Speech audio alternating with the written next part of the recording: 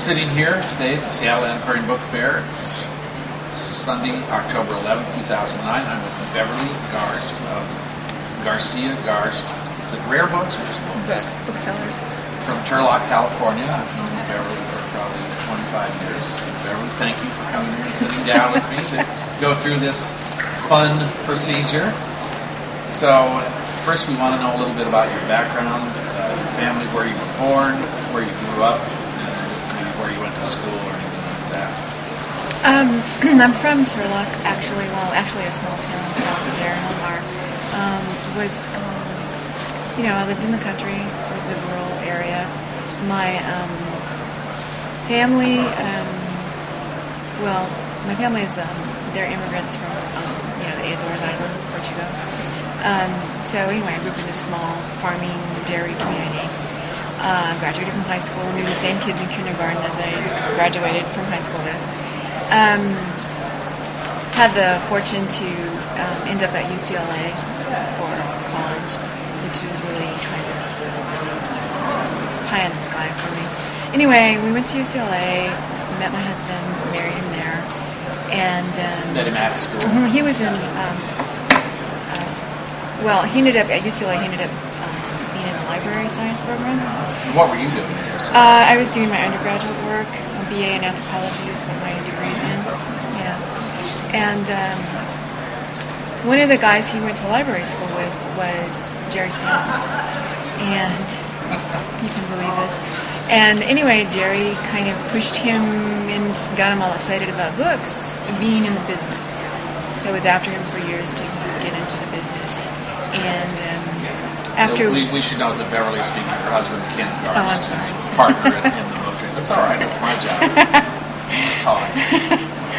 We, graduated. He got his MLS, and I got my BA, and then we moved back home to be...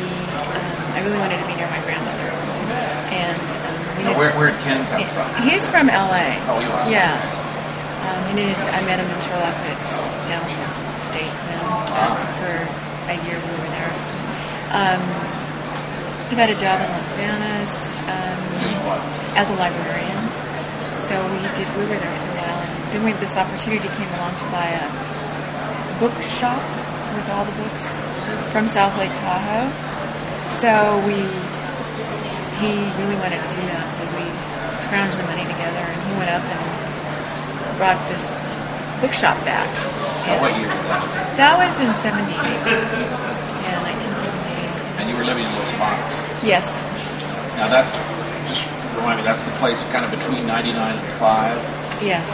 Where that it's on 152. Yeah. Great Henry Miller's... Yes, yes, absolutely. Great That's right. Restaurant. Yeah. Extraordinary. Really? Oh, wow. Yeah, we lived there for 5 years, and then we moved back to Turlock. When he brought the store back from South Lake Tahoe, then did you open a store? Then we opened a store in Turlock, and then we ended up moving. It was just called Garcia-Garst Oh, it was? Booksellers. Okay. Yeah. So. Some people start out their business with like ye old bookie shop or Curious Tomes books or something. I didn't want to spend all the money on the paperwork. Changing my name. I like having a person's name. Yeah. It's good for you. So we had a shop there. We opened it and moved 2 times in Turlock. So we had a shop in Turlock from 78 to 96. Open shop. Open shop, yeah. And, raised our, we have 4 kids. Raised our kids. Well, some of them were raised in the shop. Were there any other people in the book trade that you kind of worked with or consulted with or kind of encouraged us in those early days? George King and Louise Moises. To go ahead. Two recently retired booksellers. Yeah. Unfortunately, George was active until he was well into his 90s, I think, or at least 90. A wonderful guy. Yeah, he was. Friend of mine. Louise Moises from the Bookstall in San Francisco. And, she and her husband Hank, who's passed away. Great folks in the trade. When you said you had the shop 296, and at that point you closed it? Closed the shop. I had some health issues, so we closed the shop and moved everything into our house. Now, these days, the current since that time, has been a well-known children's book specialist. What was your shop like? It was a general shop. Yeah, I had an emphasis on children's books, and I also did for a long time new and used children's books. So I did a lot of work with schools, and I did a lot of collection development for schools. I've been somehow under the impression that you had been a teacher. My husband's a teacher. I actually teach full-time right now. You do? Yeah. Okay, well, I don't want to get ahead of ourselves here. But, all right, well, that's good. When you closed the shop, then you started working out of the house. I did a lot of stuff on the internet. Right.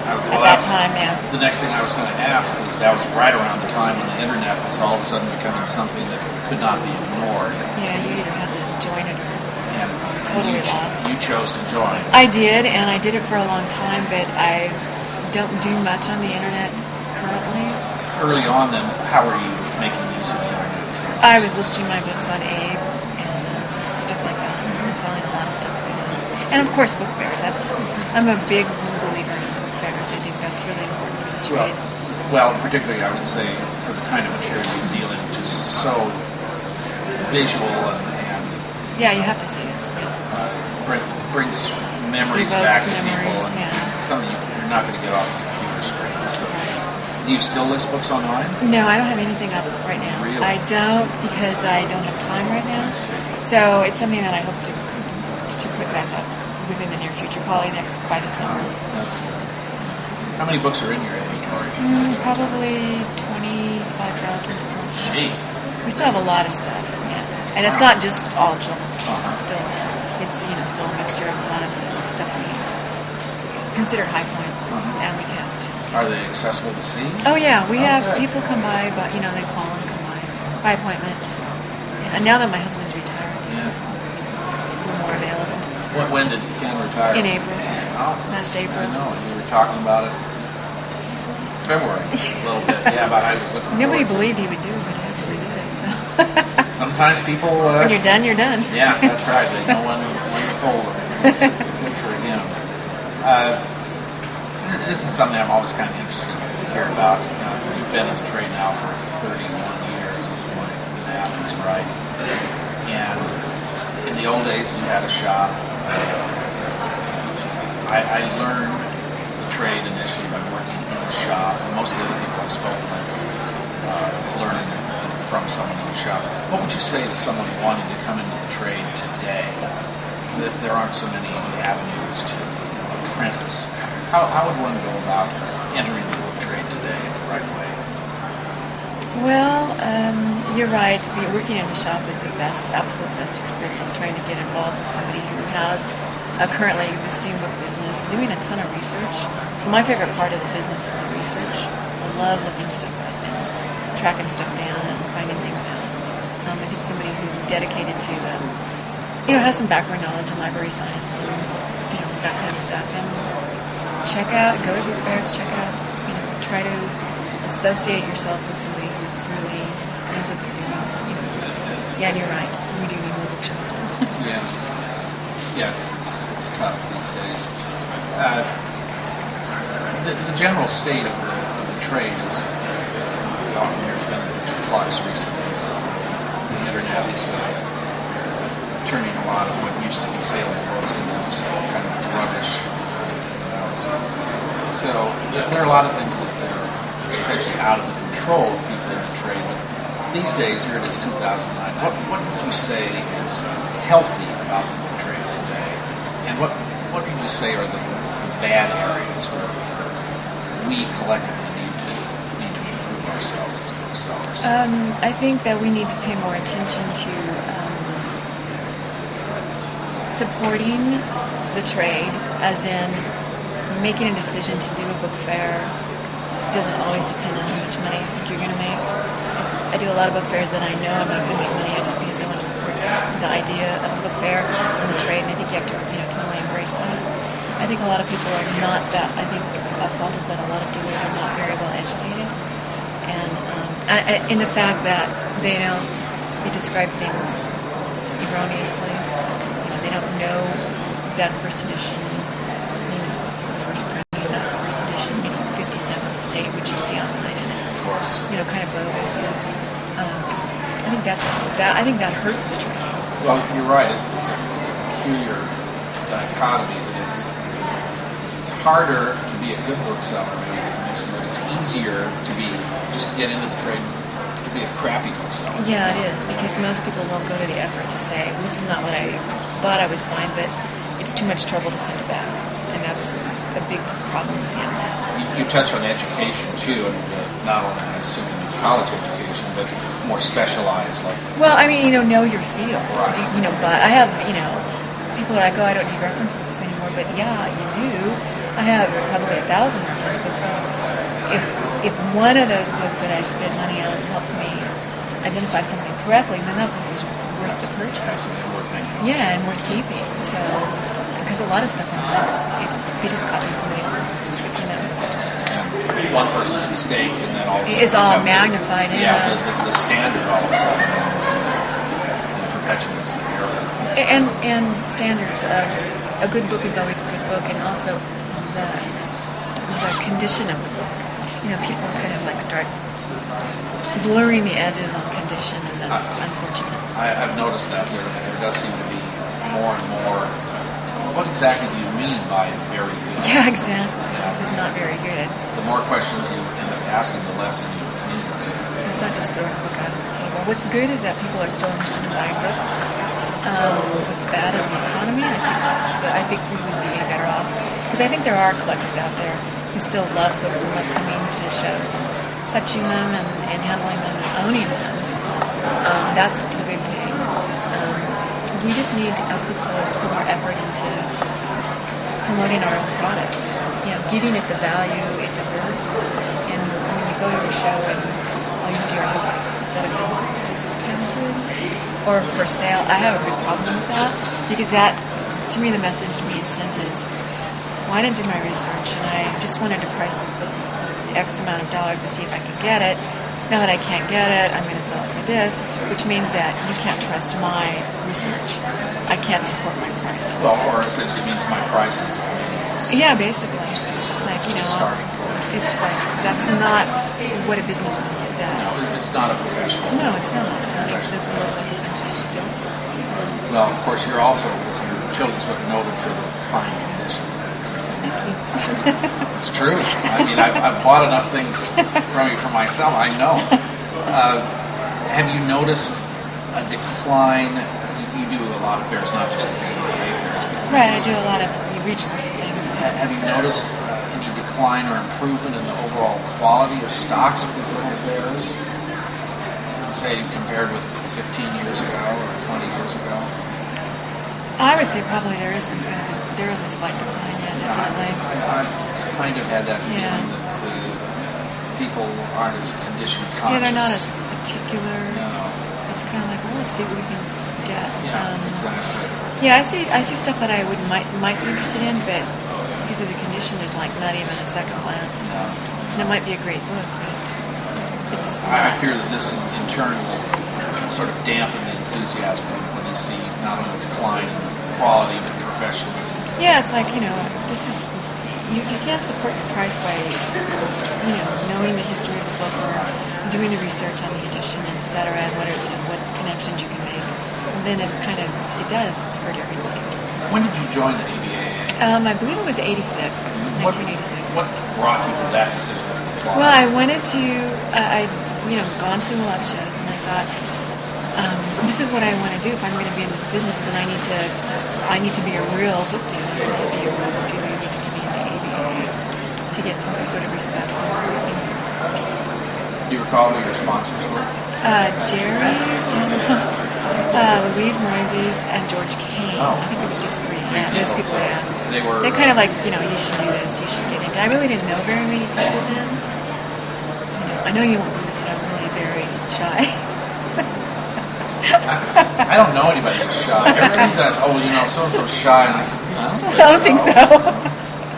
I'm pretty reticent. I don't really know a lot of people, so.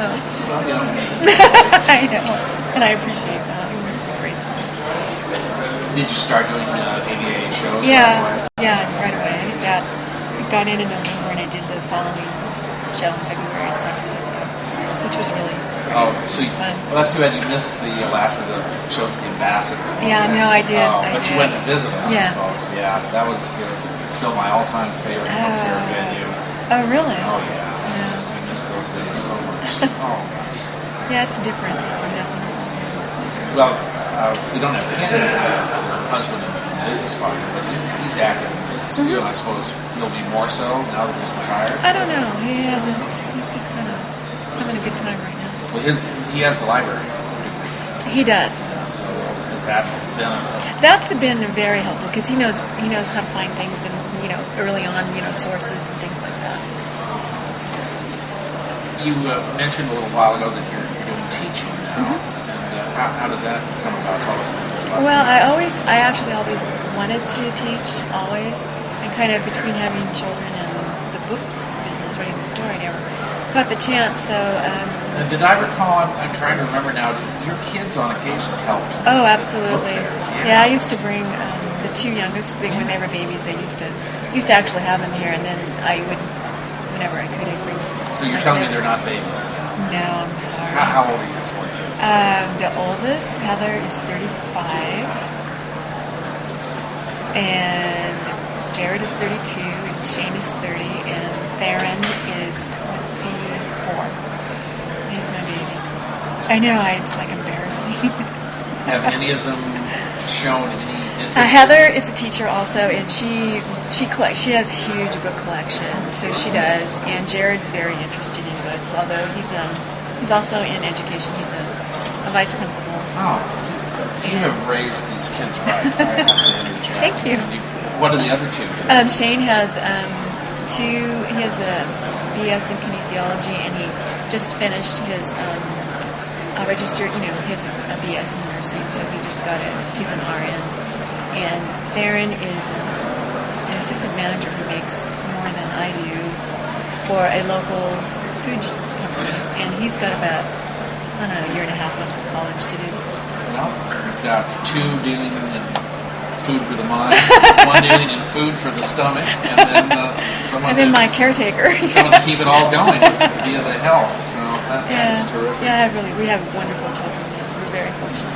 Well, then, what brought you to something that you'd always had an interest in? I just started when my daughter had her second baby. She asked me if I would substitute in her class for a long term, and I did. And I was like, I really love this, and I have all this experience with children's books, and I would bring all this stuff, and it just kind of all fell into place. Did you need any further degree? I did. I had to go back, and I didn't. It took me 10 months, but I got my credential and got a job immediately, and it's really fun. I'm having a great time. What level? I teach 4th grade. Oh. Yeah, it's really fun. Just I old just love enough it. to where you can really hold them. Yeah, that's. They do what you say, and then I have all these books, and it's I have something on everything we do, so I make all these connections with the books that I bring in. That's nice, and I assume on occasion you bring in some of these older children's books to show them. Yeah, get them these kids need a lot of. Well, these 4th graders, they're what, 9? And 9, 8, 9, 10 is where they fall. I'd like to ask about that. You've got first-hand experience with it. Not too many people in the book trade do with kids of that age right now. How do they react to books? Oh, they love them. They do. If you read to them and you can turn them on to authors, my class is very successful. They always have the highest reading scores and read the most number of books in the school. So you see a You can see future an immediate connection. for the reading of the book. Yeah, as long as people still encourage it. Well, I'll go back to the kind of material you deal in, a lot of very visual-oriented children's books. Those are the kind that draw people in right away. Yeah, Can't be substituted on a computer screen. on a screen. It absolutely can't. But that is a big competition on the computer screen. It's getting books into the hands of those kids so that they can see that there's another way to. That's the first step. Yeah. Where is the school? In Turlock? It's in Las Vegas. I actually teach okay. at a country school. Yeah. So I drive every day. How far is that? It's 35 miles each way. It's not a big deal. California. It's country roads. It's no big deal. When we talk about what's right and wrong with fascinating trade. I think we covered that pretty well. Is there anything you could add to that? I mean, do you have? We all kind of have sort of mixed emotions about it. Do you have any general feeling about the future of the book trade, where you see it going, either in your specific field of children's books or just more generally? I don't know. I don't know. You want to say that it's going to continue, but it is shrinking because our base is our. That's what I was going to ask next. I was watching at the show yesterday. Almost everybody, probably 90% of the people here were middle-aged or older, 50s on up. Would that say that's most of your demographic of people? Probably, yeah. Right now, yeah. Very few really, 20 to 30. There are some, but it's. They just need more exposure. We just need to expose them more. What do you think of the idea of book fairs maybe changing a little bit to where they're more of like larger scope, larger community events? Bringing in the whole family? Bringing in the different aspects to not just have antiquarian booksellers, but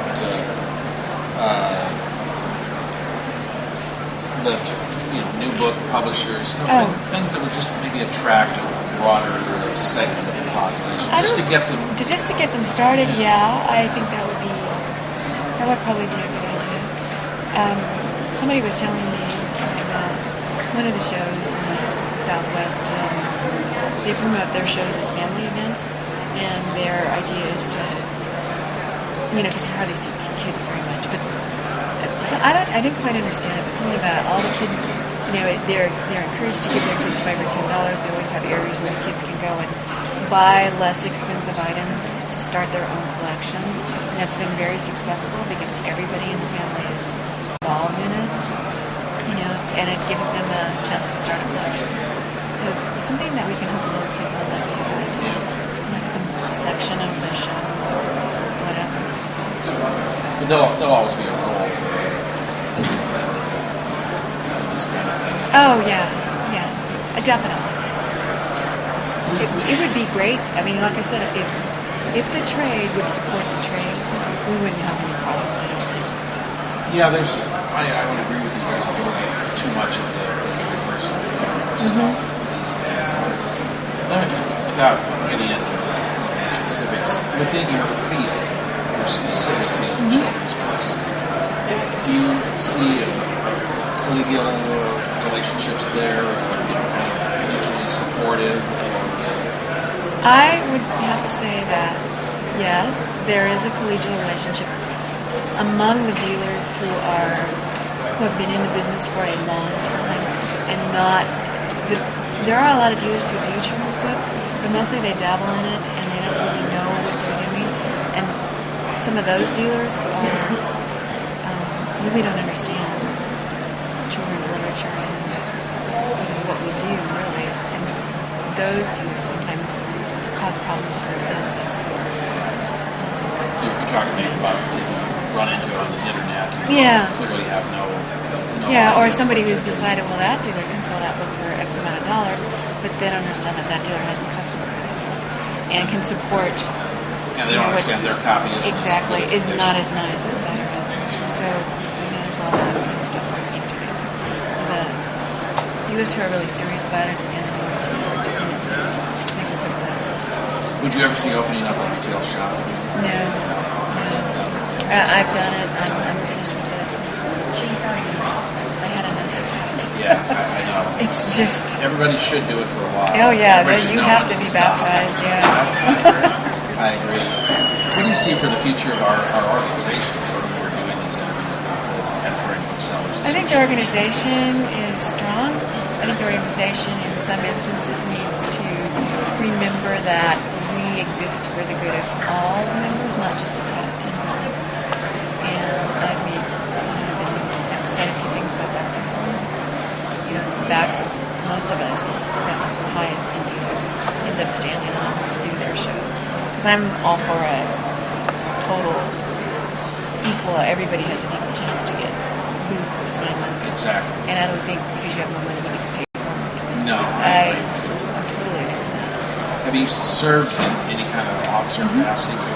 I was a secretary of the Manhattan chapter for 4 years, I believe, 2 terms under 2 presidents, Michael Good and Vic Zosha.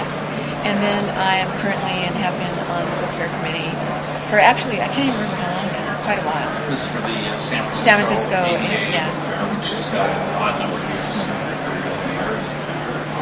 So your office next year. Right. So we're actually starting to, we already got our contract. For 2010. I mean 11. Oh, yeah 11. See, we're both a year off. What do you see, this is kind of getting specific, but it's an interesting topic. One of the problems that big book fairs have had in recent years is losing the venues. And you and I both remember the days when it happened in a nice hotel, and the hotel was happy to get you. Yeah. Now the hotels don't want to have anything to do with you. Yeah, they don't want to give you a break on the room rate. They don't. Well, yeah, and some of the auditoriums and other buildings are gone and everything. San Francisco is famous for this big concourse in Brandon, and we keep hearing that it's going to be torn down. What do you know? No, I think we're good there for a while yet. The only problem with the concourse is that there's no place to stay right there. Yeah, you want to stay. Because I don't like driving back. I would also suggest the Mickey roof. It's never been anything that appealed to me. Yeah, no, it's like we've had our books watered on, So yeah, that is a problem. Even when the rain doesn't go through, you can't hear anything when it starts to pound on that whole thing. Well, let's just say, for argument's sake, that it was torn down. What would the San Francisco Book Fair be? We'd have a big problem because anything large enough would be probably out of the central San Francisco area, and then it would be a San Francisco Book Fair. So someplace else, East Bay or whatever. Here's something the ABAA would need to concern itself with, is making sure that we continue to have the venues and book centers and population centers to show off our stuff. Exactly. Well, any last thoughts? This has been I like this, a very kind of loose and touching on a lot of things. It's just what I wanted to do. Any last thoughts? You're not going to retire from the book trade? No chance. It's too much fun. Absolutely. You start to think, I don't know why I'm doing this, or gosh, I don't have any just right books this time for anybody to buy or whatever, and you just kind of get sucked back into it. And it's like, oh, I can't wait. I'm just already thinking about the next one. What I'm even do. That lady that just bought that Claire Newberry book that you're with, I even got enthusiastic about that. She didn't buy it for me; it wasn't my book, but I like it's just the whole thing. If you love books, you love books. You just can't get away from it. Beverly, and I love books very much. Thank you, Taylor. I appreciate it. Good. Thanks for joining us. Thank you.